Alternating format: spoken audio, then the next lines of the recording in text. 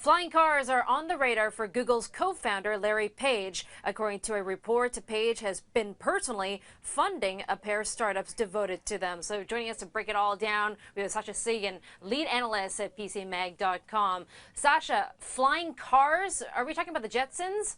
So you got to wonder if Larry Page is just jealous of Elon Musk here. He's like, oh, Elon has rockets. I've got to get some helicopters or something. I know, helicopters. Because they're not actually flying cars. You're not going to drive them on the road. They're more like personal autonomous helicopters.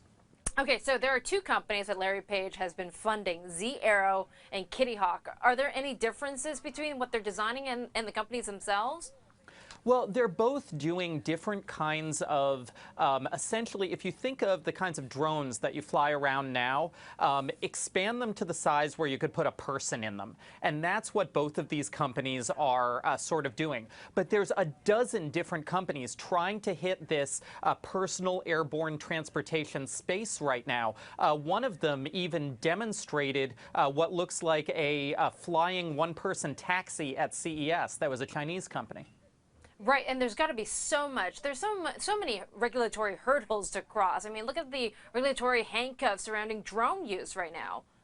Yeah, I mean, we're talking, for retail, we're talking, 5–10 years away. And a lot of that is just because the FAA has to figure out what to do about these things. I mean, it's kind of fortunate that they're not flying cars, which would just like drive on the roads and then take off, because then the regulatory insanity would just be extreme. But the FAA has to figure out how to adapt the drone regulations to things that might have people in them, which is a whole new level of complexity.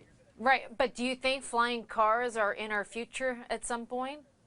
I think flying taxis are in our future. I think what you're going to see is autonomous, self-driving, small helicopters that you would order through an app, like an Uber or something like that, that would land in front of your house and take you somewhere. You wouldn't be able to drive it yourself. These things would maintain their safety by all negotiating with each other how they deal with the airspace. And how many years out are we from that?